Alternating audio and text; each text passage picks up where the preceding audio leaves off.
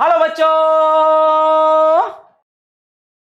कुछ कर दिखाने की चाह, बड़ा बनने की चाह, big things, you all want to become big and do big things, right? बड़े काम सभी करना चाहते हो, बड़ा बनना चाहते हो। बड़े काम तभी होंगे जब छोटे काम सही कर पाएं। Big things happen when you do little things, right? तो बच्चों, इंतजार की घड़ियां खत्म हुई। जिस चैप्टर का आप सभी को इंतजार था, आ गई है वो घड़ी। Now today we are going to start chemistry third chapter atoms and molecules। इस चैप्टर का सभी बच्चों ने इंतजार काफी वक्त से किया है। बहुत सारी कमेंट सेक्शन में भी ये बातें आ रही थी कि मैम एटम्स एंड मॉलिक्यूल्स शुरू कीजिए। तो finally I am here to help you out in this chapter. बच्चों, ये चैप्टर एटम्स एंड मॉलिक्यूल्स बहुत ही ज्यादा जरूरी है, ना कि सिर्फ क्लास 9th के पॉइंट ऑफ व्यू में, बल्कि केमिस्ट्री का बेस बनाने के लिए इसकी बहुत ज़्यादा ज़रूरत होगी। 9th में, 10th में, 11th में, 12th में जब तक केमिस्ट्री सीखनी है, तब तक के लिए इस चैप्टर के बारे में जानकारी आपके दिमाग में होनी चाहिए। अब पता चल गया है कि ज़रूरी बहुत है, तो ध्यान पूरा लगाइएगा। हर छोटी छोटी बारीकियों पे काम करना होगा आपको। What is an atom? What is a molecule? How are they made? What exactly happens with them?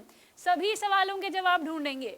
तो बिना देर करे हुए जल्दी से शुरू करते हैं हमारा चैप्टर एटम्स एंड मॉलिक्यूल्स। चलिए शुरू करते हैं केमिस्ट्री के थर्ड चैप्टर के साथ, atoms and molecules. Atoms and molecules में क्या क्या पढ़ेंगे आज हम?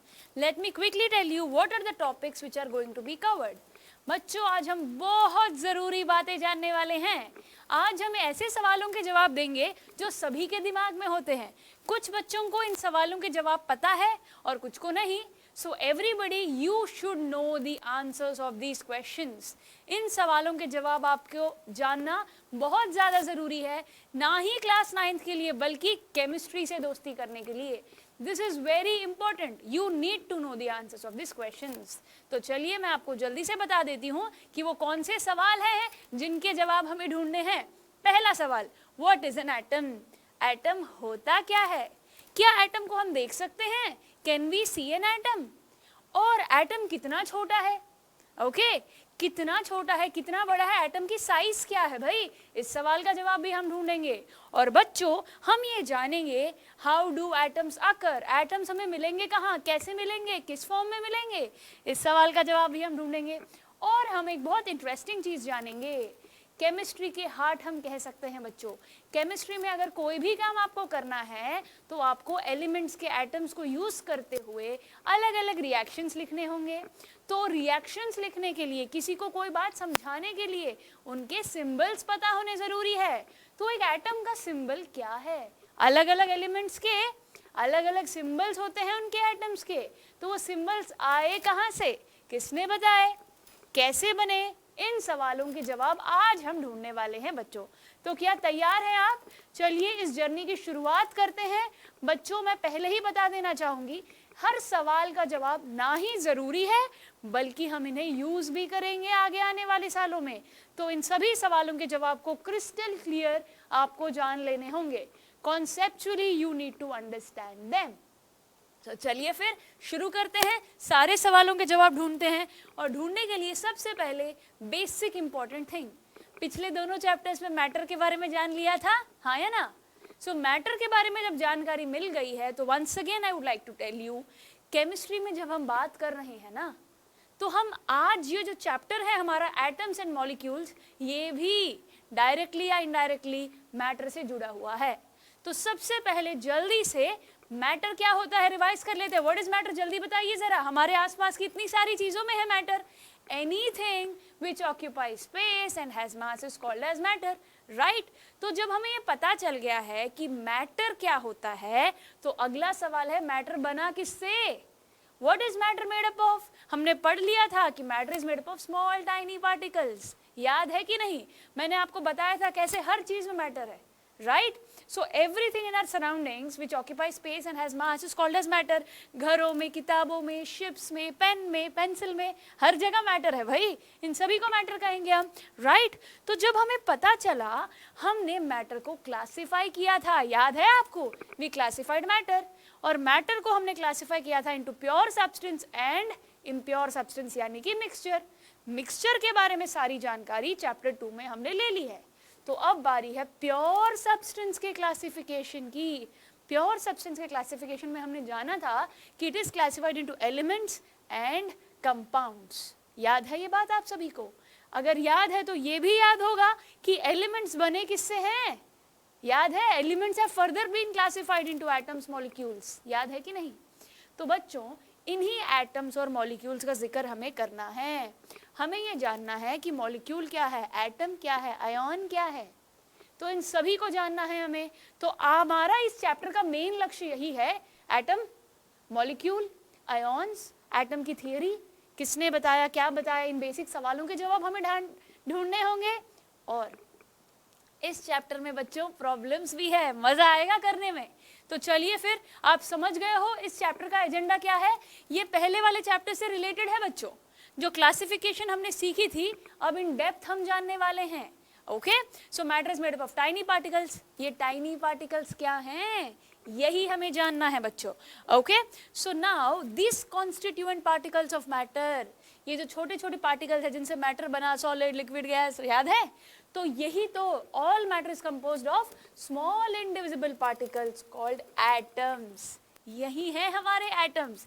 ये छोटे इंडिविजिबल पार्टिकल्स को हम कह रहे हैं एटम्स। तो matter is made up of constituents है क्या? Tiny particles. वही टाइनी पार्टिकल्स एटम्स कहलाएंगे बच्चों। अब आपको जानना होगा, मैम ये बात तो समझ आ गई कि matter is made up of tiny particles and this tiny particles are called as atoms. अब बच्चों एटम के बारे में बारीकियों में जाना होगा, एक एक बात को समझना होगा। ओके, सो इसके लिए हम क्या करेंगे, सबसे पहले बेसिक एटम का डेफिनेशन एक बार देख लेते हैं। Okay, what is an atom? Atom is the smallest particle of an element. सबसे छोटा पार्टिकल किसका? एलिमेंट का। Atom is the smallest particle of an element which may or may not exist independently. Independently वो exist करेगा या नहीं करेगा। Don't worry, इस डेफिनेशन की एक एक बात मैं आपको समझाऊंगी, सवालों के थ्रू इनके जवाब भी ढूंढेंगे हम। जनरली किताबों में ये लाइन लिखी होती है, तो पहले मैं ये लाइन आपको मैं बताना चाहूंगी, फिर देखिएगा कैसे इनको समझेंगे हम। ओके, सबसे छोटा पार्टिकल है जो इंडिपेंडेंटली एग्जिस्ट नहीं करता, अकेला नहीं मिलेगा वो। Okay, which may or may not exist independently, और ये it takes part in a chemical reaction and can take part in a chemical reaction. इसीलिए हमें इन्हें सीखना होगा बच्चों, क्योंकि केमिकल रिएक्शन अगर करना है तो केमिकल रिएक्शन किससे करेंगे? एलिमेंट्स के, एटम्स को यूज करके ही तो करेंगे। आप समझ गए हो ये बात, हम क्यों इन सब के बारे में जान रहे हैं, राइट? सो एटम का डेफिनेशन तो हमने जाना है, but we are going to know in detail about these things. कुछ और सवाल है इंटरेस्टिंग से, थोड़ा सा लॉजिक लगाएंगे तो हम समझ जाएंगे। तो एटम के बारे में अभी के लिए स्मॉलेस्ट पार्टिकल, क्लियर है ये बात? एटम एक स्मॉलेस्ट पार्टिकल है और which may or may not exist independently and it can take part in chemical reaction में participate करता है, ये chemical reaction में participate करता है। ओके, सो बच्चों जब हम सीख रहे हैं ना एटम्स के बारे में, तो पहला सवाल हम जो सोचेंगे वो ये है, ये एटम का डेफिनेशन को और डिटेल में जानने से पहले आपके दिमाग में ये सवाल आया कि नहीं कि क्या एटम्स को हम देख सकते हैं? क्या किसी ने एटम को देखा है? ये एटम की शुरुआत कहाँ से हुई? तो तैयार है एटम की शुरुआत के बारे में जानने के लिए? बेसिक हर टेक्स्ट बुक में जब भी एटम का जिक्र होगा, एटम के बारे में एक इंट्रोडक्शन दिया जाता है। बहुत इंटरेस्टिंग सी कहानी है। हमारे इंडिया में बहुत सारे हजारों साल पहले, ओके, एक महर्षि कन्नद नाम के फिलोसोफर थे। नाम क्या है बच्चों? महर्षि कन्नद। इन्होंने बोला कि मैं ढूंढूंगा सबसे छोटा पार्टिकल। इनका यही लक्ष्य था कि मैं सबसे छोटा पार्टिकल ढूंढूंगा और उसका नाम मैं रखूंगा परमाणु। क्या नाम रखूंगा? परमाणु। तो महर्षि कन्नद ने बच्चों परमाणु को ढूंढने की दौड़ में वो लग पड़े। तो वो परमाणु ढूंढने निकले। क्या ढूंढने निकले? परमाणु ढूंढने निकले। तो उन्होंने परमाणु ढूंढने के लिए क्या किया? एक्चुअल में बच्चों सबसे छोटा पार्टिकल जो है, जब वो उनको ढूंढने निकले तो उन्होंने क्या किया? गोल्ड के पीस को लिया। किसको लिया? गोल्ड के पीस को। उसको तोड़ते चले गए, तोड़ते चले गए, तोड़ते चले गए।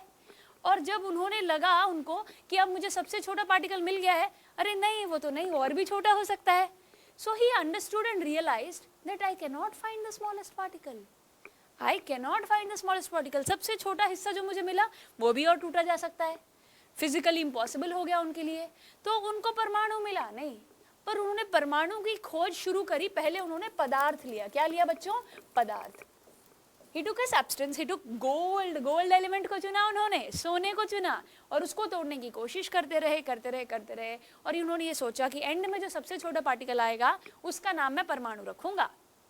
इंडिया में जब ये सब चल रहा था, उसी टाइम पे ग्रीस में ग्रीक फिलोसफर्स भी काम पे लगे हुए थे। वो भी ये ढूंढना चाह रहे थे कि हमारे आसपास के मैटर, जो चीजें हमारे आसपास हैं, वो किससे बनी हैं। उन्होंने भी यही रियलाइज किया, और वो जो साइंटिस्ट है बच्चों, जिनके नाम आपको याद रखने हैं ग्रीक फिलोसफर्स के, वो हैं Democritus and Leucippus. Democritus and Leucippus, इन्होंने भी यही बात कही कि सबसे छोटा पार्टिकल, इंडिविजिबल पार्टिकल जो होगा, इंडिविजिबल पार्टिकल, उसका नाम इन्होंने दिया एटोमॉस। क्या दिया? एटोमॉस। सेम चीज, नाम परमाणु, ओके, इन्होंने नाम दे दिया ग्रीक फिलोसफर्स ने, डेमोक्रिटस एंड ल्यूसिपस ने, एटोमॉस। याद रहेगी ये बात? क्लियर है? इसमें कोई कंफ्यूजन नहीं है? ओके। हर जगह बेटा छानबीन होती रहती है, और जब ये पता करने की कोशिश की गई है जो हमारे आसपास का मैटर जिन चीज से बना है वो क्या है, कैसे है, इस छानबीन में उन्होंने ये बोला कि सबसे छोटा जो पार्टिकल होगा, इंडिविजिबल पार्टिकल होगा, उसका नाम होगा एटोमॉस। क्या नाम होगा बच्चों? एटोमॉस। ओके। नाउ एटोमॉस नाम से ही डिराइव हुआ है नाम हमारा एटम। क्या नाम है बच्चों? एटम। ये एटम नाम दिया है हमारे जॉन डाल्टन ने। किसने नाम दिया है? जॉन डाल्टन ने। Students, you have to realise and understand कि इस चैप्टर में इन साइंटिस्ट के नाम, इन फिलोसफर्स के नाम मैं कहूंगी, बल्कि इन फिलोसफर्स के नाम याद रखने बहुत ज्यादा जरूरी है। ओके। इंडियन फिलोसफर कौन है? महर्षि कन्नद। ग्रीक फिलोसफर्स कौन से हैं? Democritus and Leucippus. इन्होंने सजेस्ट किया कि सबसे छोटा पार्टिकल जो इंडिविजिबल पार्टिकल है उसे कहेंगे एटोमॉस, और जॉन डाल्टन ने एंट्री मारी और उन्होंने फाइनली ये कहा कि ये इंडिविजिबल पार्टिकल होगा हमारा एटम। जॉन डाल्टन ने बहुत सारे काम किए हैं बच्चों, इनका नाम आगे भी आप सुनोगे। अभी के लिए students, you need to remember कि एटम की खोज में, एटम को ढूंढने की इस जगदोजहद में सबसे बड़ा और इंपॉर्टेंट रोल प्ले किया इन तीनों ने। ओके। इंडियन फिलोसोफर कौन से हैं बच्चों? महर्षि कन्नद। याद रहेगा ये नाम, महर्षि कन्नद। ओके। ये है हमारे इंडियन फिलोसोफर। कौन से फिलोसोफर है बच्चों? ये इंडियन फिलोसोफर। बच्चों, ये साइंटिस्ट के नाम ना, जैसे फिलोसोफर कह रही हूं मैं यहाँ पर, क्योंकि ये बहुत हजारों सालों पहले की बात है। ओके। सो ये है हमारे Indian philosopher. Democritus and Leucippus क्या हैं? ग्रीक फिलोसोफर्स हैं बच्चों। कौन से फिलोसोफर्स हैं? Greek philosophers. याद रखना ये बात। ओके। इनके नाम क्या है, इन्होंने किया क्या है, ये जानना बहुत जरूरी है। तभी हमें इस सवाल का जवाब मिलेगा कि हमने एटम के बारे में जो जानकारी हमें मिली है वो किसने दी, किसने शुरुआत की। इस सवाल का जवाब भी अब आपको मिल गया है बच्चों। सो ये बेसिक इंट्रोडक्शन एंड बेसिक लोगों के नाम क्लास 9th के इस चैप्टर के लिए बहुत जरूरी है। Once again I am telling you, internals में सवाल आ जाएंगे, बोर्ड एग्जाम में, फाइनल एग्जाम में इसमें से। ओके। सो बच्चों, इन साइंटिस्ट के नाम याद रखिएगा, ये टर्म्स परमाणु, पदार्थ, okay, Maharshi Kanad, Democritus, Leucippus and John Dalton. Clear to all of you? ये बात हम समझ गए हैं, किसी तरह का कोई कंफ्यूजन नहीं है? चलो बहुत बढ़िया, फिर आगे बढ़ते हैं। और बच्चों, इस बात को समझिए कि एटम्स को जब ढूंढने की कोशिश की, जैसे मैंने बताया, देखिए एक एलिमेंट लिया उन्होंने और कैसे ये एटम्स अरेंज होते हैं। हम इस एक एटम की बात करते हैं बच्चों। Are you understanding? क्लियर है ये बात? सिंगल एक तरीके के एटम को जब इकट्ठे हो जाए उन्हें ही तो कहते हैं एलिमेंट्स। क्या कहते हैं बच्चों? एलिमेंट्स। आप ऑलरेडी जानते होंगे कि एलिमेंट्स होते क्या हैं। Similar kind of atoms are present in the element. Gold में सारे गोल्ड के एटम्स होंगे। समझ गए ये बात? प्योर सब्सटेंस, इसीलिए तो कह रहे हैं कि कोई मिलावट नहीं है। सो स्टूडेंट्स, अब हमने जाना है कि matter is made up of small tiny particles and this tiny particles are called as atoms. और ये नाम एटम्स देने में, एटम्स की खोज करने में, उनको ढूंढने में जो बहुत बड़ा रोल प्ले किया है, किन लोगों ने प्ले किया है, उनके नाम भी हमने जान लिए हैं। हाँ या ना? तो चलिए फिर अब आगे बढ़ेंगे और हम बात करेंगे एटम के साइज के बारे में। अब हमने कहा कि एटम का जो हमने एटम को देखा है क्या? महर्षि कन्नद ने देखा एटम को? नहीं देखा। डेमोक्रिटस एंड ल्यूसिपस ने भी सजेस्ट किया कि जो सबसे छोटा पार्टिकल होगा उसका नाम एटमॉस होगा। जॉन डाल्टन ने एटम को देखा? एक्चुअल में एटम को किसी ने देखा ही नहीं है। अब आप बोलोगे मैम ऐसे कैसे, इसके बारे में इतनी बातें चल रही हैं, किसी ने इसको देखा ही नहीं है। क्यों नहीं देखा भाई? एटम्स एग्जिस्ट कैसे करते हैं, इस सवाल का जवाब हमें ढूंढना है। अभी तैयार है फिर ढूंढने के लिए? ये जो 2 पॉइंट्स यहाँ लिखे हुए हैं ना बच्चों, ध्यान से इसको समझने की कोशिश कीजिए, सवाल का जवाब मिल जाएगा। ओके, पहला पॉइंट देखिए क्या है जरा बच्चों। एटम्स की जब साइज की हम बात करते हैं, हमें ये जानना होगा atoms are very small in size. Okay, atoms are very very small in size. The size of an atom is indicated by its radius. This radius is called as atomic radius. बच्चों आपको ये समझना होगा atom कितना छोटा है ये हमें पता कैसे चलेगा? हम ये सपोज कर रहे हैं कि जो एटम है उसके रेडियस के हिसाब से हम डिसाइड कर सकते हैं कि एटम कितना छोटा है, हाँ या ना? तो इस रेडियस को नाम दे दिया गया एटॉमिक रेडियस। क्या नाम दिया है बच्चों? Atomic radius. सो स्टूडेंट्स, अब एक एटम का रेडियस कितना होगा? आपके दिमाग में अगली ही बात जो क्लिक हो जानी चाहिए वो ये है, अलग अलग एलिमेंट्स हैं, उनके एटम का साइज अलग अलग होगा, एटॉमिक रेडियस उनका अलग अलग होगा। ओके, सो बच्चों ये जो radius of an atom, atomic radius measure किस में किया जाए? ये क्वांटिटी याद रखिएगा, atomic radius is generally measured in nanometer. किस में मेजर करेंगे हम? नैनोमीटर में मेजर करेंगे। जैसे वेट को, मास को हम किलोग्राम्स में, ग्राम्स में मेजर करते हैं, हाँ है ना? करते हैं ना? तो अब अगर हम रेडियस को मेजर करना है तो रेडियस को जनरली मीटर्स में, सेंटीमीटर्स में मेजर कर सकते हैं हम, किलोमीटर्स में, बट एक्चुअली एटम का रेडियस, एटॉमिक रेडियस हम मेजर करेंगे इन द नैनोमीटर्स। किस में मेजर करेंगे हम? नैनोमीटर्स में। ये बात समझ गए हैं? तो भाई नैनोमीटर क्या होता है? 1 मीटर और नैनोमीटर में कोई रिलेशन है कि नहीं? बिल्कुल है, बिल्कुल है बच्चों। 1 मीटर इज इक्वल टू 1/10⁹। 1/10⁹, यानी कि 1 nanometer will be equal to 10⁻⁹ metres. ये बात याद रखनी है। एटॉमिक रेडियस को नैनोमीटर्स में मेजर करते हैं, तो मीटर और नैनोमीटर का रिलेशनशिप पता होना चाहिए, और वो हम समझ गए हैं, हाँ या ना? कोई दिक्कत तो नहीं है इसमें? चलो बढ़िए आगे। तो अब आगे बढ़ जाते हैं और हम बात करेंगे बहुत इंटरेस्टिंग, बहुत इंपॉर्टेंट पॉइंट के बारे में। इंटरनल में पॉइंट आएगा, पहले दिमाग में फीड कर लीजिएगा, ये पॉइंट बहुत जरूरी है बच्चों। हम बात कर रहे हैं कि सबसे छोटा एटॉमिक रेडियस किसका होगा? सोचिए जरा, सबसे छोटा एटम कौन सा होगा? इसका आंसर होगा बच्चों hydrogen. Hydrogen atoms is the smallest atom of all. सभी जो एटम्स हैं, अलग अलग एलिमेंट्स के एटम्स जो होंगे, सबसे छोटा अगर कोई है तो वो है हाइड्रोजन। क्या है बच्चों? Hydrogen is the smallest atom of all. ये बात समझ गए हैं? कोई कंफ्यूजन नहीं है अगर? तो अगली बात जो याद रखनी है, अगर हाइड्रोजन छोटा है तो बताओ रेडियस कितना है? सिंपल। सो हाइड्रोजन का एटॉमिक रेडियस भी याद रख लीजिएगा, आ सकता है एग्जामिनेशन में, 0.037 नैनोमीटर। क्लियर है ये बात? समझ गए हैं?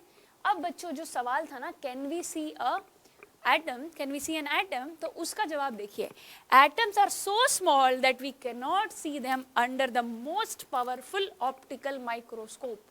जब कोई चीज छोटी होती है तो उसमें कैसे देखते हैं? माइक्रोस्कोप से देखेंगे, हाँ या ना?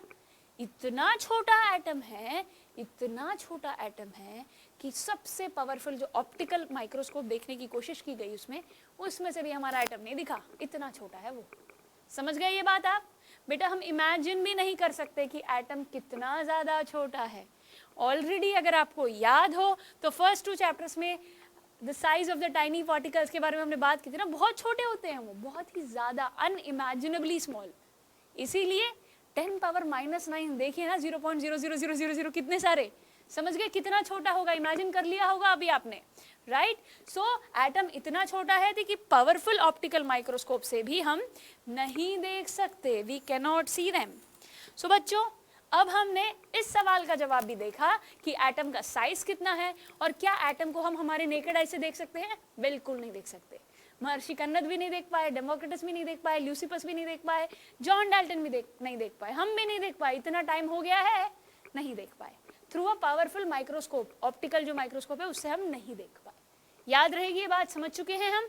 Okay, so now when we have understood कि हाइड्रोजन एटम सबसे स्मॉलेस्ट है, एटम को हम उसके रेडियस से मेजर करते हैं और हम मेजर करेंगे नैनोमीटर्स में। किस में मेजर करेंगे? नैनोमीटर्स में। सबसे छोटा हाइड्रोजन है और उसकी अगर कोई आपको एटॉमिक रेडियस पूछे तो आपको आंसर देना है 0.037 nanometres. Clear to all of you? ये पॉइंट समझ गए हैं बच्चों? ओके, तो अब हमने सवालों के जवाब दिए। What is an atom, can we see atoms, what is the size of an atom. अगला सवाल, how do these atoms occur. हमने कहा कि एटम्स को हम अकेले ये नहीं मिलेंगे, तो फिर अगर इनको ढूंढने चले तो किसके साथ मिलेंगे भाई? बच्चों, आपको इस सवाल का जवाब जानना बहुत ज़्यादा ज़रूरी है। सिंगल इंडिपेंडेंटली एटम शायद ना मिले, तो फिर कैसे मिलेगा? Atoms, how do they exist? They exist in combination with the atoms of the same elements or another element. कुछ बच्चे ऐसे होते हैं जो हमेशा अपने दोस्तों के साथ पाए जाते हैं। याद है आपको? आपके भी फ्रेंड्स होंगे जो always you stick with them, you have fun with them, always if you want to find one person, वो अपने दोस्त के साथ ही मिलेगा हमेशा। सिमिलरली जो हमारा एटम है वो अकेले नहीं मिलेगा, वो अपने दोस्त के साथ ही मिलेगा। अब दोस्त क्या है? सेम काइंड ऑफ एटम हो सकता है या अलग भी हो सकता है। देखिए, दे exist in the combination, they exist in the combination with the atom of the same element और अनदर एलिमेंट। या तो वो अपने ही एलिमेंट, सेम एलिमेंट के एक और एटम के साथ जुड़े हुए मिलेंगे, या फिर किसी और एलिमेंट के एटम के साथ। समझे ये बात आप? या तो अपने भाई के साथ या अपने दोस्त के साथ मिलेंगे, हमेशा किसी न किसी के साथ। समझ गए ये बात? अब कोई कंफ्यूजन नहीं है। एटम या तो अपने ही घर, यानी कि अपने ही सेम एलिमेंट के एटम के साथ मिलेंगे, अपने भाई के साथ लगा लो आप समझने के लिए, और अगर किसी और एलिमेंट के एटम के साथ दोस्त लगा लो आप। समझ गए हैं ये बात? Now there is no confusion. देखिए, ऑक्सीजन ऑक्सीजन के साथ ही, ओके, सेम एलिमेंट के एटम के साथ ऑक्सीजन O2 के फॉर्म में पाया जाएगा। किसके फॉर्म में पाया जाएगा? O2 के फॉर्म में। अकेले ऑक्सीजन ढूंढना not possible. If you try to find oxygen, you will find it in the combined state, यानी कि O2 फॉर्म में। ठीक है, ऑक्सीजन का एक और एटम के साथ जुड़ा हुआ हमें मिलेगा। समझ गए ये बात? अभी एक एग्जांपल देती हूँ मैं आपको दूसरे एलिमेंट के एटम के साथ। CO2, carbon dioxide. Carbon dioxide देखो, दो अलग अलग एलिमेंट्स के एटम्स है, कार्बन और ऑक्सीजन। Okay, CO2। एग्जाम्पल एक और H2O, दो हाइड्रोजन और एक ऑक्सीजन। पानी को अगर हम ढूंढने निकले तो बच्चों, atom can exist as an element, as a molecule. Molecule क्या है ये भी जानेंगे, चिंता मत कीजिएगा। देख रहे हैं कैसे कंपाउंड्स बनते हैं, ये भी सीखेंगे हम। अभी के लिए आपको ये पता करना होगा कि एटम्स अकेला नहीं मिलेगा, वो या तो सेम एलिमेंट के एटम के साथ या फिर दूसरे एलिमेंट के एटम के साथ, हमेशा जोड़ी में ही नजर आएगा। समझ गए हैं ये बात? किसी तरह का कोई कंफ्यूजन नहीं है? Okay, don't worry. Now if you have understood this concept, you can understand it more nicely. और अच्छे से सीखेंगे। एक काम करेंगे हम, और वो काम ये होगा बच्चों कि आपको ना, जब ये पता चला है कि एटम या तो सेम एलिमेंट के एटम के साथ जुड़ा हुआ मिलेगा या दूसरे एलिमेंट के एटम के साथ, यहीं पे आपको एटम के साथ साथ मॉलिक्यूल और कंपाउंड और आयन, इनका भी जिक्र करना होगा। You need not worry, I will explain to you in detail what is a molecule, what is a compound, what is an ion. अगर आपको याद हो, हमने already molecule क्या होता है, compound क्या होता है कर लिया है बच्चों, but फिर भी need not worry, once again when time will come I will tell you about that as well. Okay, don't worry. ठीक है? So अब बच्चों हमें ये कहना होगा, क्या सारे एटम्स हमेशा अब कैसे मिलेंगे? हम सब एटम, सब एलिमेंट्स की बात करेंगे। अब एक चीज है जो याद रखनी है, इंपॉर्टेंट पॉइंट है, इसीलिए देखिए ये दो पॉइंट अब आपको समझने हैं। क्या है? देखिए, the atoms only of few elements are called as noble gas. Noble gases उन्हें कहते हैं which are chemically unreactive and exist in free state. आपको बच्चों अगर कोई पूछे कि एलिमेंट्स के एटम्स कैसे मिलेंगे, तो आपको बोलना है आइदर इन फ्री स्टेट और इन कंबाइंड स्टेट। फ्री स्टेट में कौन से मिलेंगे? फ्री स्टेट में मिलेंगे हमारे ये नॉन रिएक्टिव या फिर अनरिएक्टिव एलिमेंट, जिन्हें हम नोबल गैसेस कहते हैं, जो स्टेबल होते हैं ऑलरेडी, वो फ्री स्टेट में मिलते हैं। जैसे कि helium, neon, argon, krypton, xenon, ये सारे ही स्टेबल है। क्या है बच्चों? स्टेबल है। तो they exist in the free state as a single atom. मैंने आपको ये बताया था अभी ही पिछली पॉइंट में कि वो अकेले, दे exist in combination with atoms of the same elements और अनदर एलिमेंट। ये बात समझे हैं ना हम? तो अभी हम ये बात करें ज़्यादातर एलिमेंट्स कैसे मिलेंगे। ओके तो बच्चों हमें यहाँ पे ये समझना होगा कि फ्री स्टेट में मिल सकते हैं, कंबाइंड स्टेट में मिल सकते हैं। कैसे मिल सकते हैं? फ्री स्टेट में या फिर कंबाइंड स्टेट में। ज्यादातर most of them are found in combined state. ठीक है, जब ज्यादातर कंबाइंड स्टेट में मिलेंगे तो आपको ये भी पता होना चाहिए कि फ्री स्टेट में कौन से मिलेंगे भाई। यही नाम मैंने अभी आपको बताया, जो कि नोबल गैसेस होते हैं, जिन्हें हम इनर्ट गैसेस कहते हैं, ये फ्री स्टेट में पाए जाते हैं बच्चों। ठीक है, क्योंकि ऑलरेडी स्टेबल है, ऑक्टेट रूल इन्होंने रीच कर लिया है। Helium, neon, argon, krypton, xenon, these all of them are one of those elements, few of those elements जो मैं कह सकती हूँ which are chemically unreactive, किसी से रिएक्ट नहीं करते वो, इसीलिए हम इन्हें कहते हैं कि they exist in the free state। कैसे एग्जिस्ट करते हैं ये? फ्री स्टेट में एग्जिस्ट करते हैं एज सिंगल एटम। ये बात याद रखिएगा, बहुत जरूरी है बच्चों। जब हम कोई चीज सीखते हैं ना, जैसे ही एक्सेप्शन की एंट्री होती है कंफ्यूजन क्रिएट होता है, पर आपको कंफ्यूजन क्रिएट नहीं करना है बच्चों, याद रखोगे ना ये बात? ठीक है, सो अब जब हमने जान लिया कि फ्री स्टेट में कौन से मिलते हैं, तो अब बात कर लेते हैं कंबाइंड स्टेट की। देखिए, atoms of most of the elements are very reactive. ज्यादातर एलिमेंट्स की जो एटम्स है वो तो रिएक्टिव ही हैं, और वो अकेले नहीं मिलते। They are very reactive and do not exist in the free state as a single atom। अकेले नहीं मिलेंगे, ज्यादातर रिएक्टिव है। आपको अगर ये समझना है, कुछ क्लास में ऐसे बच्चे होते हैं ना जो कभी दोस्ती नहीं बनाते, चुप चुप रहते हैं, अकेले रहते हैं, अपने हिसाब से रहते हैं, उनको किसी की जरूरत नहीं है। वही है हमारे इनर्ट गैसेस जो फ्री स्टेट में पाए जाते हैं, उनको किसी की जरूरत नहीं है, वो स्टेबल है ऑलरेडी। पर ऐसे बच्चे होते हैं ज्यादातर जो घुलते मिलते हैं, दोस्त बनाते हैं, है ना, वैसे बच्चे हैं हमारे वो एटम्स के, वो एलिमेंट्स जो फ्री स्टेट में अकेले नहीं मिलते, कंबाइंड स्टेट में मिलते हैं। अब समझ गए हैं ये बात? कोई कंफ्यूजन तो नहीं? जब कोई चीज लगे मुश्किल तो उसे रिलेट करो अपनी लाइफ से और वो चीज आसान हो जाएंगी। अपने क्लासरूम को देखो, जो बच्चे अकेले रहते हैं वो है हमारे inert gases, stable, free state में अकेले, उनको किसी की जरूरत नहीं है। बट मोस्ट ऑफ देम घुलते मिलते हैं, बातें करते हैं, वही हमारे बाकी एलिमेंट्स, ज्यादातर एलिमेंट्स वैसे ही होते हैं। याद रहेगी ये बात बच्चों, कोई कंफ्यूजन नहीं है। So atoms exist in free state और कंबाइंड स्टेट। फ्री स्टेट में कौन से रहते हैं? हमारे इनर्ट गैसेस, जो कि है helium, neon, krypton, xenon, radon. Okay, clear है ये बात? ज्यादातर एलिमेंट्स जो बच गए हैं वो रिएक्टिव ही हैं। अब अगला सवाल, एटम क्या होता है, कैसे होता है, देखा या नहीं देखा, छोटा है तो कितना छोटा है, मिलेगा कैसे? इन सवालों के जवाब हमें मिल गए। अब जल्दी से, बहुत कॉमन और इंटरेस्टिंग बात है, सभी जानते हो, जल्दी से बता देती हूँ कि एटम कह रहे हैं सबसे छोटा होता है। क्या कह रहे हैं? सबसे छोटा होता है। बट सच बात यह है कि एटम के अंदर भी पार्टिकल्स हैं, सब एटॉमिक पार्टिकल्स कहते हैं उन्हें। क्या कहते हैं? सब एटॉमिक पार्टिकल्स। ये बात दिमाग में फीड करनी होगी, सब एटॉमिक पार्टिकल्स ऑफ एटम। जब एटम के बारे में सीख रहे हैं ना बच्चों, तो मैं चाह रही हूँ कि आज के लेक्चर में एटम के बारे में जो बेसिक चीजें हैं जो आपको पता होनी चाहिए वो सारी बता दें, तभी ये चैप्टर समझ में भी आएगा और most importantly you will be able to answer the questions which are related to this. Atom में ही कंफ्यूजन है तो आगे कैसे बढ़ोगे? तो आज के लेक्चर में स्पेशली मैं उन सभी सवालों के जवाब ढूंढ कर लाई हूँ जो आपको पता होने चाहिए। ठीक है, सो अब सब एटॉमिक पार्टिकल्स क्या हैं एटम के? बताइए, जानते होंगे आप जनरली एटम, बताइए बताइए, 3 कौन से हैं वो? Proton, neutron, electron. Electron, proton, neutron, किसी भी ऑर्डर में आप याद रख सकते हैं। तो the subatomic particles are protons, neutrons, electrons. ठीक है, अब देखिए ये स्ट्रक्चर ऑफ एन एटम, देखिए इसमें आपको साफ समझ आ जाएगा। देखिए एटम के स्ट्रक्चर में कहाँ पे इलेक्ट्रॉन्स हैं, कहाँ पे न्यूट्रॉन्स है, कहाँ पे प्रोटॉन्स है, ये पता होना चाहिए। सभी को पता होगा, जल्दी से बता देती हूँ मैं। जो सेंटर में पाए जाते हैं न्यूक्लियस में, उन्हें हम कहते हैं न्यूक्लियॉन्स। क्या कहते हैं? न्यूक्लियॉन्स कहते हैं हम उन्हें। सो सेंटर में देखो ये ग्रीन और ब्लू मतलब प्रोटॉन्स और न्यूट्रॉन्स। तो सेंटर में एटम के मिलेंगे हमारे प्रोटॉन्स और न्यूट्रॉन्स। क्लियर है ये बात? So nucleons are nothing but protons plus neutrons. इसमें किसी तरह का कोई कंफ्यूजन आपको नहीं होगा। अब बच गए हमारे इलेक्ट्रॉन्स। इलेक्ट्रॉन्स रिवॉल्व करेंगे डिस्क्रीट शेल्स में, ऑर्बिट्स में। कैसे रिवॉल्व करेंगे? देखिए जरा, साफ नजर आ रहा होगा आपको इन शेल्स में ये कैसे रिवॉल्व कर रहे हैं, राइट? तो सब atomic particles, electron, proton, neutron के बारे में बेसिक चीजें पता होनी चाहिए, वो बता देती हूँ मैं क्विकली आपको।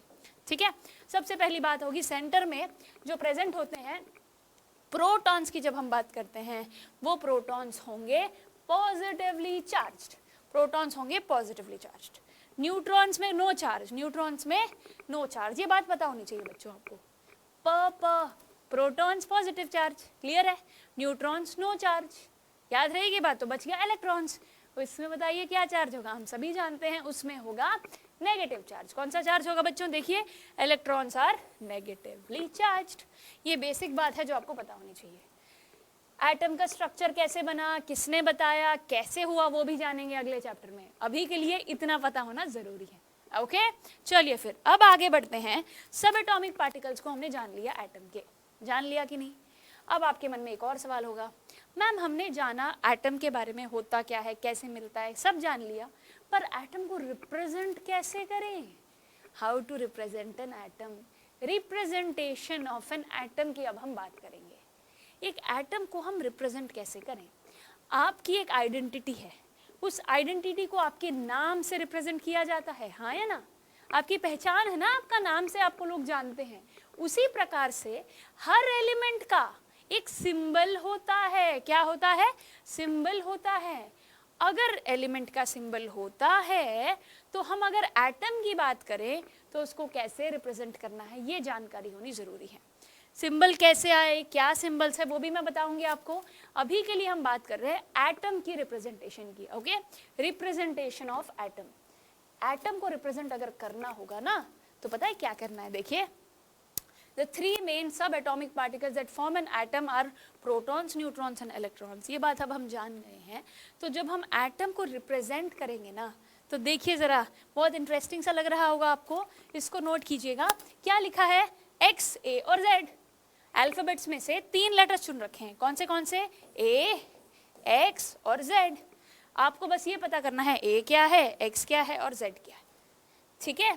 तो X होगा बच्चों सिंबल ऑफ द एलिमेंट। क्या होगा, सिंबल ऑफ द एलिमेंट। तो हमारा X देखिए लिखा है कि सिंबल, जो एलिमेंट का एटम होगा उसका सिंबल लिख देंगे हम यहाँ पर। क्लियर है ये बात। जब हमने ये लिख दिया, A का मतलब होता है बच्चों एटॉमिक मास। क्या होता है, एटॉमिक मास। और Z का मतलब होता है एटॉमिक नंबर। क्या होगा, एटॉमिक नंबर।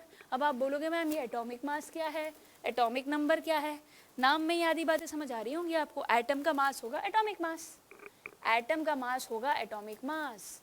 अगर आपसे कोई पूछे मैम मुझे एटम का मास अगर ढूंढना है तो मैं कैसे ढूंढूं, सिंपल सी बात है, किसी भी चीज़ का अगर मास ढूंढना हो तो उसमें जो जो है सबको ऐड कर दो। तो एटम में क्या क्या है, प्रोटॉन्स है, न्यूट्रॉन्स है, इलेक्ट्रॉन्स है, सबको ऐड कर दो। इलेक्ट्रॉन्स जो हमारे हैं ना, वो नेग्लिजिबल माने जाएंगे क्योंकि वो इधर से उधर होते रहते हैं। So basically the mass of an atom is considered as nucleus में, सेंटर में जो चीजें होंगी उसका मास अगर फाइंड आउट कर लिया तो एटम का मास मिल जाएगा। तो हम आसानी से एटम का मास ढूंढ लेंगे। अब एटॉमिक नंबर कैसे ढूंढें, एटॉमिक नंबर ढूंढना तो और भी आसान है। पीरियोडिक टेबल देखा होगा आपने कभी, तो एटॉमिक नंबर, एलिमेंट्स को ना एटॉमिक नंबर्स के हिसाब से अरेंज कर रखा होगा। डोंट वरी, जो चीजें आ रही है ना, जिन जिन चीजों में आपको लग रहा है यार मेरे को पूरी जानकारी नहीं है, जैसे जैसे वक्त आएगा, जरूरत पड़ेगी, it's my duty to tell you that. Don't worry at all. डरने की क्या बात जब पूजा मैम है साथ। आपको जितनी जानकारी अब होनी चाहिए उतनी दे दी जाएगी, और जितनी होगी आगे चाहिए वो भी हम आपको प्रोवाइड कर देंगे। Don't worry, okay. अभी के लिए just you need to remember कि एटम को अगर रिप्रेजेंट करना है तो हम रिप्रेजेंट करेंगे ऐसे। पहले सिंबल लिखेंगे जिसको एक्स से डिनोट किया गया है, ए मतलब एटॉमिक मास, जेड मतलब एटॉमिक नंबर। इस तरीके से एटम को रिप्रेजेंट किया जाता है। Is it clear to all of you students? Now if it is clear to all of you, तो अब हम एक काम करेंगे, बहुत इंटरेस्टिंग और बहुत जरूरी काम है ये। जब एटम का रिप्रेजेंटेशन समझ में आ गया है तो आपका अगला सवाल ये होना चाहिए, जो हमने ए और जेड लिखा है ना, ओके, एटॉमिक मास लिखा हमने, क्या लिखा, एटॉमिक मास। तो I it's my duty to tell you what is an atomic mass. एक एटम का मास बच्चों, इसके ऊपर ना बहुत कुछ हुआ है, ठीक है। ये पॉइंट पढ़िए फिर समझ जाएंगे। Atomic mass of an element may be defined as the average relative mass of an atom of the element as compared with the mass of an atom of carbon C12 isotope taken as 12 AMU। Definition सुन के सिट्टी बिट्टी गुल हो गई है, confusing लग रहा है, ये है क्या भाई, ये कहाँ से आया, क्या ये 1/12 C हो क्या रहा है, कार्बन का आइसोटोप क्या है, इन सभी सवालों के जवाब मिलेंगे। डोंट वरी, ज़रूर मिलेंगे। मैं आपको ये बताना चाह रही थी कि एटॉमिक मास को ऐसे भी लिख सकते हैं, ये इसका डेफिनेशन है। और अगर फाइंड आउट करना तो mass of one atom of the element by 1/12 of the mass of an atom of C12। Atomic mass unit क्या होता है, कार्बन क्यों लिया गया, C12 क्यों लिया गया, इन सवालों के जवाब आपको मिलेंगे। पर उससे पहले कुछ और चीज़ें जाननी होंगी, ओके वो चीज़ें मैं आपको बता देती हूँ। Okay, are you ready for it? Atomic mass का बेसिक आइडिया आपको लगाना है कि मास एटम का हम उसमें टोटली कितना है वो फाइंड आउट करने के लिए बेसिकली जो हमें करना होगा वो ये है कि हमें एटम में जो जो है उसको ऐड करना है। क्लियर है? अभी के लिए ये लॉजिक याद रखिए। इसमें ये जो एवरेज रिलेटिव मास है, AMU है, कार्बन C12 आइसोटोप है, इनके बारे में आपको डिटेल में बताया जाएगा। You need not worry about it. Okay, wait now. So अब जब हमने बात की एटॉमिक मास की और मैंने आपको ये भी बताया कि एटॉमिक नंबर क्या होता है, रिप्रेजेंटेशन ऑफ एन एटम के बारे में कुछ आइडिया आपको लगा है, बाकी आइडिया भी आपको दे दिया जाएगा। Okay, you need not worry. अब एक्चुअल में क्या होता है ना, जब हम कोई चीज़ करने लगे ना, जैसे एक नई चीज़ आएगी उसके बारे में जानना है, और जो शुरू किया उसको ख़त्म भी तो करना है, हाँ या ना? तो हमने शुरू किया था X, A और Z से एटम को रिप्रेजेंट करने के लिए, तो हमको डिटेल में ये जानना होगा X, A और Z के बारे में। एटॉमिक मास का आइडिया मैंने दिया आपको, एटॉमिक नंबर का आइडिया दिया, और अब सबसे इंटरेस्टिंग, सबसे मुश्किल, सबसे ज़रूरी चीज़ X। ये X क्या है भाई? इस X के बारे में जानना होगा। ये X हम कह रहे हैं कि एलिमेंट के सिंबल। अब आपके दिमाग में पहला सवाल, इतने सारे एलिमेंट्स होते हैं, उन सभी के एटम्स को हम सिंबल से डिनोट करेंगे, तो ये आए कहाँ से, किसने बताया ये सिंबल्स? और बहुत बच्चों को ऑलरेडी ये दिक्कत होती होगी, मैम हमें ना सारे एलिमेंट्स के सिंबल्स याद नहीं होते, बहुत बड़ी प्रॉब्लम हो जाती है, ये आए कहाँ से, बहुत कंफ्यूजिंग है, ऐसा लगता है ना आपको? चिंता मत करो, आज मैं आपको इस सवाल का जवाब भी दे रही हूँ।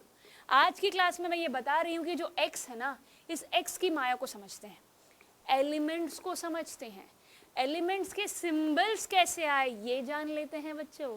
तो चलिए फिर बता दिया जाए आपको। हमारे पास जो सबसे इंटरेस्टिंग शुरुआत हमारी की थी साइंटिस्ट ने, तो जॉन डाल्टन वो थे जिन्होंने एटम से एटम नाम फाइनल किया था, तो उन्होंने ही इन एलिमेंट्स के सिंबल्स भी दिए। देखिए, Dalton was the scientist who introduced symbols for representing elements for the first time. पहली बार अगर किसी ने सिंबल देने की सोची तो वो जॉन डाल्टन थे। कौन थे? John Dalton. एक्चुअल में उनका ये इरादा था कि भाई इतने सारे एलिमेंट्स हैं, सबका एक सिंबल होना चाहिए, उनकी पहचान होनी चाहिए एक यूनिक सी, तो उन्होंने सिंबल्स बनाए। देखिए कैसे बनाए, हाइड्रोजन का, कार्बन का, ऑक्सीजन का, देखिए ज़रा, बहुत इंटरेस्टिंग लग रहे हैं। देखो कहाँ बिंदी यूज़ की गई है, अलग अलग डिज़ाइनिंग की गई है। सल्फर देखिए कितना इंटरेस्टिंग है, प्लस सिंबल बना रखा है एक सर्कल के बीच में। अब ये बताओ, अगर मुझे कहीं पे भी 10 कार्बन चाहिए तो क्या मैं 10 गोले बनाऊँ, उनको शेड करूं? अगर 10 ऑक्सीजन चाहिए तो 10 गोले बनाऊं, सल्फर ऐसे 10 बनाऊं? कितना कंफ्यूजन हो जाएगा, कितना टाइम टेकिंग है, एफर्ट कितना ज़्यादा है। तो इन सिंबल्स को हम लोगों ने ज़्यादा यूज़ नहीं किया क्योंकि मज़ा नहीं आया इनके साथ, काम ज़्यादा बढ़ गया। तो इस काम ज़्यादा बढ़े हुए काम को कम करने की जिम्मेदारी ली एक बहुत इंटरेस्टिंग इंसान ने, जो कि है जे बर्जीलियस। क्या नाम है उनका? जे बर्जीलियस। नाम बता देती हूँ, नोट कर लीजिए। ये हमारे जॉन डाल्टन ने कहा, और फिर जे बर्जीलियस ने ये कहा कि भाई ये जो एलिमेंट्स है ना, ये जो एलिमेंट्स हैं, इनके सिंबल्स जॉन डाल्टन जी ने जो दिए हैं वो बहुत टाइम टेकिंग है और एफर्ट ज़्यादा लग रहा है, तो इन्होंने बोला कि मैं देता हूँ एलिमेंट्स के सिंबल जो आप सभी यूज़ कर सकते हैं। तो इनके अलग अलग तरीके थे। कितने तरीके थे? अलग अलग तरीके थे एलिमेंट्स के सिंबल्स को नाम देने के। उन सभी तरीकों को जानते हैं कि कैसे इन्होंने एलिमेंट्स के नाम दिए। सबसे पहला तरीका देखिएगा ज़रा, सिंबल्स ऑफ एलिमेंट्स जनरली क्या होता है कि अगर आपने देखा हो, अपनी टेक्स्ट बुक में भी आपको देखा हो, आपके स्कूल में टीचर्स ने कहा होगा बच्चों फर्स्ट 20 एलिमेंट्स पता होने चाहिए, कहा है कि नहीं? पीरियोडिक टेबल के पहले 20 एलिमेंट 9th क्लास में ज़रूर आपको बाकायदा सिखाए गए होंगे, सिखाए जाते हैं। ओके, जैसे कि hydrogen, helium, lithium, beryllium, boron, carbon, nitrogen, oxygen, fluorine, neon, sodium, magnesium, aluminium, silicon, phosphorus, sulphur, chlorine, argon, potassium, calcium. ये 20 एलिमेंट के बारे में हर स्टूडेंट को पता होना ही चाहिए। बहुत बच्चे रटते हैं इसको बच्चों, ये 20 एलिमेंट्स के बारे में मिनिमम जानकारी अगर नहीं हुई तो आप ना 9th क्लास की केमिस्ट्री में गड़बड़ हो जाएगी। तो आपको ज़रूर ये सिखाए जाते हैं। फिर आने वाले सालों में आगे आगे जैसे बढ़ते हो यूसेज बढ़ती जाएगी और एलिमेंट्स को हम सीखते चले जाएंगे, हाँ या ना। अब आपके मन में जो सवाल आया होगा कि जे बर्जीलियस ने ही ये सिंबल्स दिए हैं क्या? हाँ, जे बर्जीलियस ने ही दिए हैं।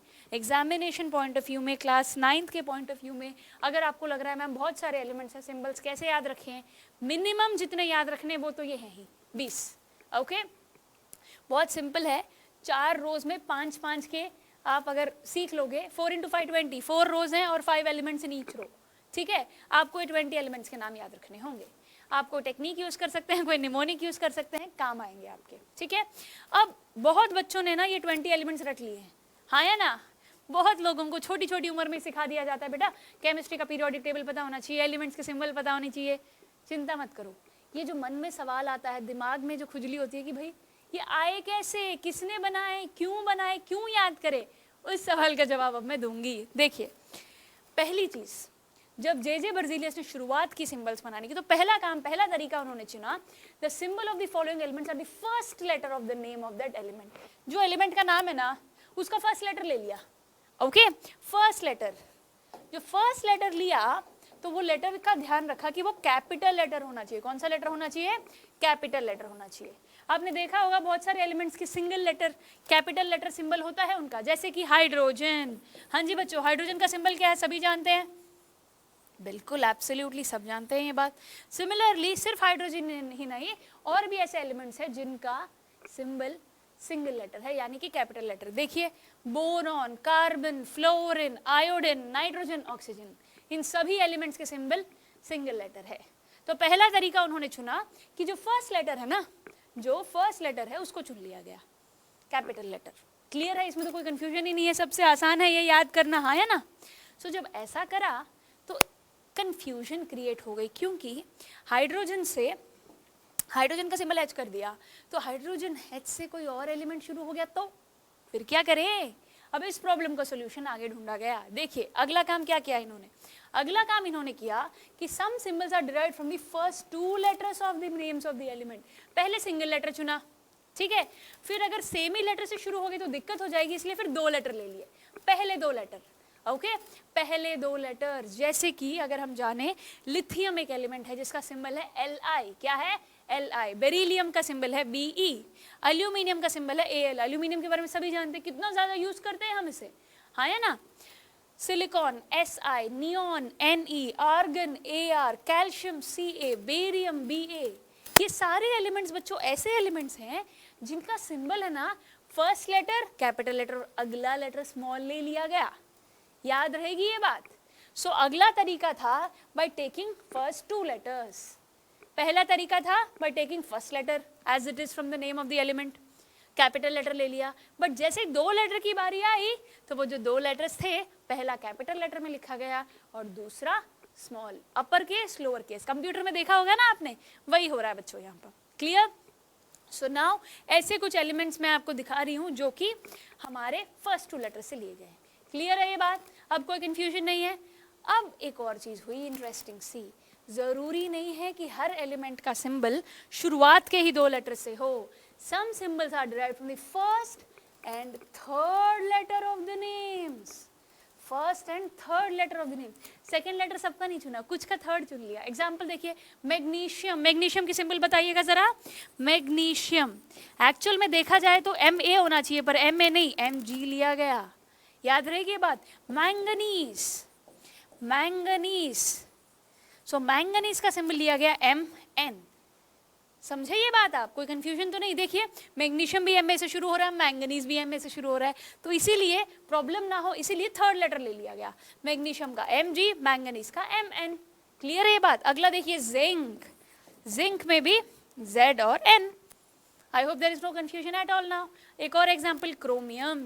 क्रोमियम बहुत जगहों पे यूज होता है बच्चों, पता है कि नहीं आपको? गैल्वेनाइजेशन में जिंक के साथ क्रोमियम भी यूज किया जा सकता है। ओके, सो ये जो क्रोमियम है, क्रोमियम के सिंबल देखिए क्या है, Cr। अब आप समझ गए कि पहले तो सिंगल लेटर ले लिया, सेकंड में 2 लेटर लिए, पर जो दूसरा लेटर था बिल्कुल उसका अगला था। तीसरा तरीका था थर्ड लेटर ले लेना, क्लियर है ये बात? एग्जाम्पल्स के साथ अब आप समझ गए हैं? Very good. नाउ नेक्स्ट, अब भाई इंटरेस्टिंग सी बात. There are certain symbols which seem to here no relationship to their names. The symbols of these elements are derived from their Latin names. बच्चों 3 तरीके हो गए. चौथा वाला थोड़ा ट्रिकी है, चिंता मत करना, बहुत आसानी से सिखा दूंगी मैं आपको. चौथा तरीका ये था कि इन्होंने क्या किया, नाम से कोई लेना देना ही नहीं है. जो नाम है ना एलिमेंट का, उसका और सिंबल का कोई लेना देना नहीं है. अब आप बोलोगे ऐसे क्यों, फिर ऐसे कैसे नाम रख दिए बिना तुक के? चिंता मत करो, ये बात भी समझ आ जाएगी. जब एलिमेंट के सिंबल के नाम रखे गए तो सारे इंग्लिश नेम से नहीं लिए, कुछ लैटिन, ग्रीक, ऐसे अलग अलग लैंग्वेजेस के नेम से भी एलिमेंट्स के सिंबल लिए गए हैं. एग्जाम्पल बताती हूँ. आयरन, लोहा जो हम यूज करते हैं, उसका सिंबल Fe है. क्या है? Fe. अब आप बोलोगे मैम आयरन तो IRON है, Fe ये कहाँ से आया? बता देते हैं कहाँ से आया. सोडियम का सिंबल क्या है बच्चों?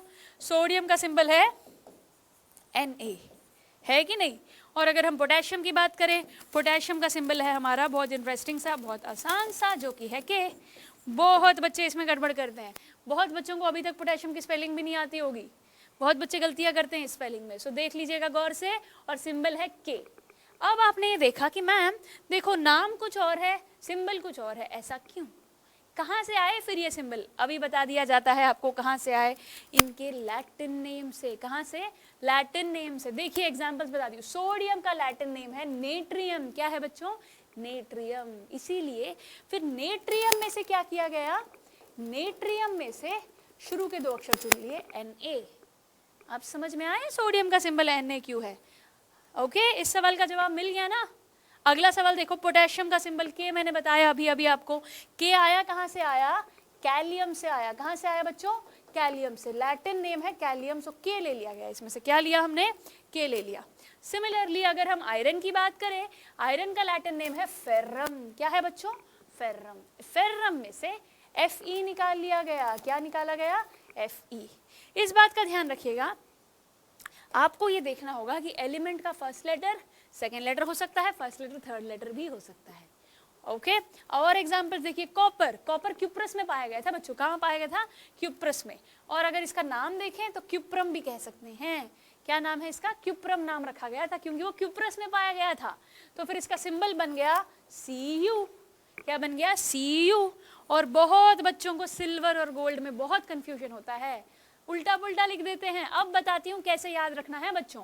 सिल्वर और गोल्ड में अगर आपको कंफ्यूजन हो रही है, एक बार याद रख लीजिए, सिल्वर का लैटिन नेम है अर्जेंटम. क्या है? अर्जेंटम. तो इसका सिंबल बन गया Ag. क्या बन गया? Ag. और अगर गोल्ड की बात हम करें, ध्यान से देखिए, गोल्ड है ऑरम. ऑरम लैटिन में इसका मतलब होता है पीला. ऑरम का मतलब पीला. तो ये पीला कलर होने की वजह से ऑरम नाम रखा गया और इसका सिंबल बन गया Au. अगर कोई बच्चा ऐसा है जिसको लगता है मैम गोल्ड और सिल्वर के नाम याद रखने में कंफ्यूजन होती है, अभी दूर कर दी जाएगी. आपको सोना देखते ही, मतलब महंगी चीज है तो आपके मुंह से निकलता है ना ओ, अब याद रहेगा. It will be easy for you now. Right और रॉन्ग? ओ, Au. सो गोल्ड का याद करने का तरीका है Au. सिल्वर का लैटिन नेम है अर्जेंटिनम, सो Ag आ सकता है सिंबल. क्या आएगा? Ag आएगा. क्लियर है ये बात? एंटीमोनी. एंटीमोनी का सिंबल है Sb. स्टिबियम से आया ये. टंगस्टन. टंगस्टन का सिंबल है W. क्या है बच्चों? W. सो मैं आपको कुछ ऐसे एलिमेंट्स के नाम बता रही हूँ जो लैटिन नेम से बने हैं. किससे बने हैं? लैटिन नेम से. मर्क्यूरी भी एक बहुत कॉमन एग्जांपल है ना. मर्क्यूरी के बारे में बहुत चीजें जाननी है बच्चों हमें. एक बहुत खास एलिमेंट है मर्क्यूरी. मर्क्यूरी एक मेटल होते हुए नॉन मेटल के काम करता है. सीखेंगे उसके बारे में आगे आने वाले साल में, हम जरूर सीखेंगे. लेड. लेड कितनी अलग अलग जगह पे यूज होता है, हाँ है ना. लेड पेंसिल्स में भी यूज होता है कुछ जगहों पर. तो लेड का सिंबल बन गया हमारा Pb. क्या बन गया? Pb. अब आई होप आपको थोड़ी आसानी हुई होगी एलिमेंट्स के सिंबल्स को याद करने में, और ये समझ में आया होगा कि इन एलिमेंट्स के सिंबल ऐसे अलग क्यों हैं. क्लियर है ये बात? अब आपके दिमाग में एक सवाल आना चाहिए, मैम कौन है जो इन एलिमेंट्स के सिंबल्स को फाइनल कर रहा है? ऐसे तो कोई भी खड़ा होकर कोई भी सिंबल बता देता है. मैं बोलूं मेरी मर्जी का सिंबल लगाओ तो मानोगे क्या? नहीं. फिर कैसे मानेंगे? हम मानेंगे IUPAC से. IUPAC. IUPAC एक ऐसी कमिटी है बच्चों जो फाइनल करती है एलिमेंट्स के सिंबल्स को. इसका फुल फॉर्म भी आपके एग्जामिनेशन पॉइंट ऑफ व्यू में आ सकता है, नोट कर लीजिएगा. International union of pure and applied chemistry. International union of pure and applied chemistry. It is very commonly asked. You must know it. IUPAC, IUPA से भी बोल सकते हो, आपका तरीका है. आपको पता होना चाहिए कि जो एलिमेंट्स के सिंबल्स वगैरह हैं IUPAC से ही फाइनल होके आते हैं. ये सारे फाइनल इसीलिए IUPAC ने किए हैं, तभी फाइनल हुए हैं. ओके, एक यूनियन है केमिस्ट्री की. जैसे घर में या फिर गांव में एक पंचायत होता है, पंचायती राज होती है, हाँ है ना, डिसाइड करते हैं. सिमिलरली एक कमेटी बैठती है ना चीज़ों को सॉल्व करने के लिए, ये हमारी केमिस्ट्री की कमेटी कह सकते हो आप. अब याद रहेगी ये बात, international union of pure and applied chemistry, IUPAC के बारे में ये बात अब आप समझ गए हो. एलिमेंट्स के सिंबल का कंफ्यूजन दूर हुआ कि नहीं? तो बच्चों, आज की क्लास में हमने बहुत सारी चीज़ें जानी हैं. हमने मोस्ट इम्पॉर्टेंटली हमने एक ऐसा काम किया है जो कंफ्यूजन आई होप आज आपका दूर हो गया होगा.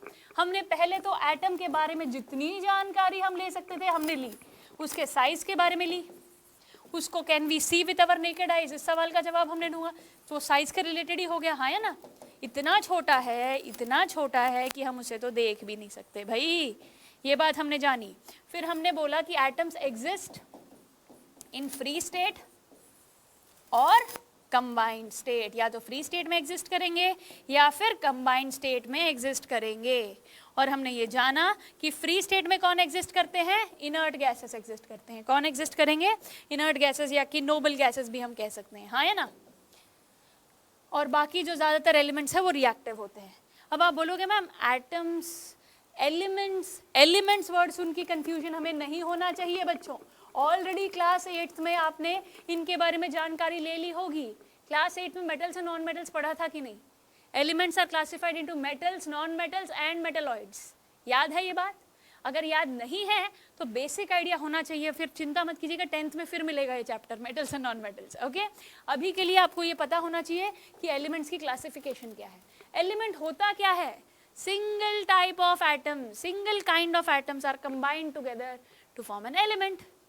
याद रहेगी अब ये बात. हमने जाना एलिमेंट क्या होता है, एटम के बारे में सवालों के जवाब दिए कि वो होता क्या है, व्हाट इज एन एटम, वो कितना छोटा है, वो एग्जिस्ट कैसे करेगा, और बहुत ज़रूरी रिप्रेजेंटेशन भी की हमने जाना कि how to represent an atom. Representation के लिए एटॉमिक नंबर और एटॉमिक मास के बारे में जानकारी होनी चाहिए. आपको मैं बच्चों एक काम देना चाहती हूँ, प्रैक्टिस करनी होगी अलग अलग एलिमेंट्स के एटम के रिप्रेजेंटेशन को. हो पाएगा क्या? बहुत मुश्किल नहीं है. हमें क्या करना है, एलिमेंट का सिंबल लेना है, उसका एटॉमिक नंबर, उसका एटॉमिक मास फाइंड आउट करना है और XAZ फॉर्म में उसको डिनोट करना है, रिप्रेजेंट करना है. हो पाएगा आपसे? बहुत सारे एलिमेंट्स हैं. मैं बस इतना चाहती हूँ कि आप ये जो फर्स्ट 20 एलिमेंट्स है ना बच्चों, ये फर्स्ट 20 एलिमेंट्स, इनको आपको करना होगा, इनकी प्रैक्टिस आपको करनी होगी. एलिमेंट को रिप्रेजेंट कैसे करते हैं, इन एलिमेंट्स को आपको सीखना होगा. आपकी किताबों में भी दे रखा होगा बच्चों, it's nothing but X, A और Z. तो X हमारा सिंबल है, हाँ या ना. हमने देखा ना कि कैसे हमने अलग अलग तरीके से जाना कि A और Z क्या होता है. I hope you have understood this. Atomic mass हमने जाना का number of protons plus number of neutrons, yes और no. So students, I hope it will be easy for you. You need not worry. कोई confusion है, कोई problem है तो I am there to help you. कोशिश तो कीजिए, practice करके देखिए तो चीज़ें आसान हो जाएंगी. फर्स्ट 20 एलिमेंट्स के मैं चाहती हूँ कि आप एटम्स को रिप्रेजेंट करो, डिनोट करो. हो पाएगा बच्चों? सो अगर ऐसा हो गया तो अब हम बात करते हैं हमारे आज के होमवर्क की. सो होमवर्क में क्या क्वेश्चंस मिल रहे हैं आपको, देखिए जरा. आज के होमवर्क के क्वेश्चंस है, why is it not possible to see an atom with naked eyes. हमारे आंखों से हम एटम को देख क्यों नहीं सकते, बताइए जरा. अगला सवाल, how did Berzelius assign symbols to the element. किस बिहाफ पे, क्या सोच के, कैसे उसने असाइन किए एलिमेंट्स के सिंबल्स. हो जाएगा, बहुत आसान है. आज के लेक्चर ठीक से देखोगे तो आंसर मिल जाएगा. अगला सवाल, right the Latin names of sodium and iron. बहुत सिंपल है ना. ओके और मेरी तरफ से जो मैंने एक्स्ट्रा क्वेश्चन ऐड किया है वो ये है कि फर्स्ट 20 एलिमेंट्स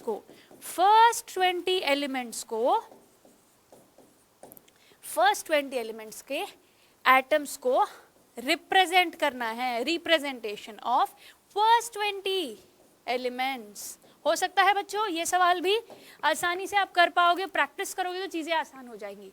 इनसे दोस्ती करनी पड़ेगी, इनको जानना पड़ेगा।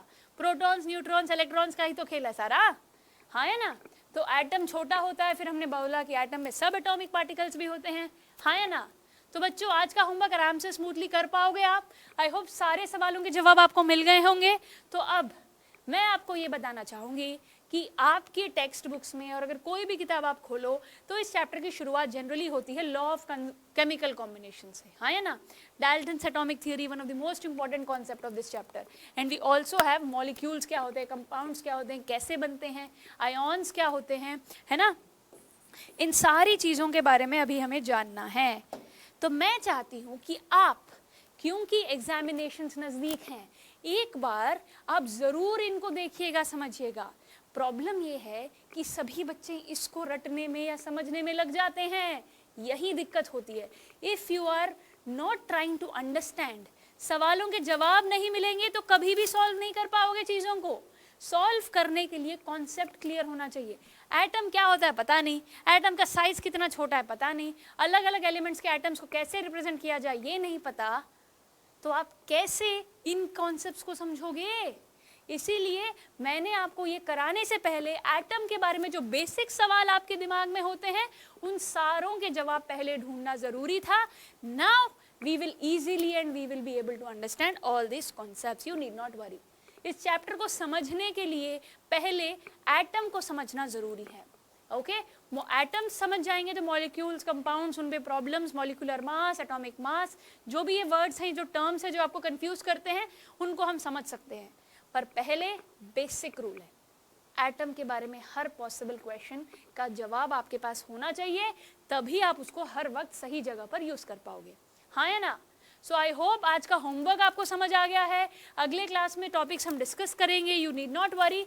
आई want you to practice each and every question which I have given to you. अगर आप देखोगे, करोगे, आई होप अब आपके एटम के रिलेटेड सारे सवालों के जवाब आपको मिल गए होंगे, उनके साइज के बारे में, वो एग्जिस्ट कैसे करते हैं, उनके सब एटॉमिक पार्टिकल्स क्या है, हाँ है ना। तो अगर मिल ही गए हैं तो आई होप आप इन क्वेश्चंस को प्रैक्टिस करके चीज़ों को और सिंपल कर दोगे। तो बच्चों, I am very happy today because I have started the third chapter of chemistry. हमारे एग्जाम्स नज़दीक आ रहे हैं ना, तो हमने क्योंकि 2 चैप्टर्स कंप्लीट कर दिए हैं, थर्ड चैप्टर भी जल्दी से कंप्लीट करेंगे, you need not worry. Chapter complete अच्छे से करने के लिए कॉन्सेप्ट क्लियर होना ज़रूरी है। रटना तो सभी करते हैं और हमें रटना नहीं है, तो अगर रटना नहीं है तो चीज़ें ध्यान से देखनी तो पड़ेंगी, हाँ है ना। So I hope the basic queries regarding atoms which you have in your mind are clear today. आज आपको एटम के वर्ड का मतलब, वो कहाँ से आया, किस साइंटिस्ट ने बताया, एटम कैसा होता है, एटम कितना छोटा होता है, इन सभी सवालों के जवाब आपने ढूंढ लिए हैं, हाँ है ना। सो आज के सवालों के जवाबों को अपने दिमाग में अच्छे से फीड कर लो, दिया हुआ होमवर्क अच्छे से कर लो, फिर मिलेंगे हम हमारी अगली क्लास में। Thank you so much students.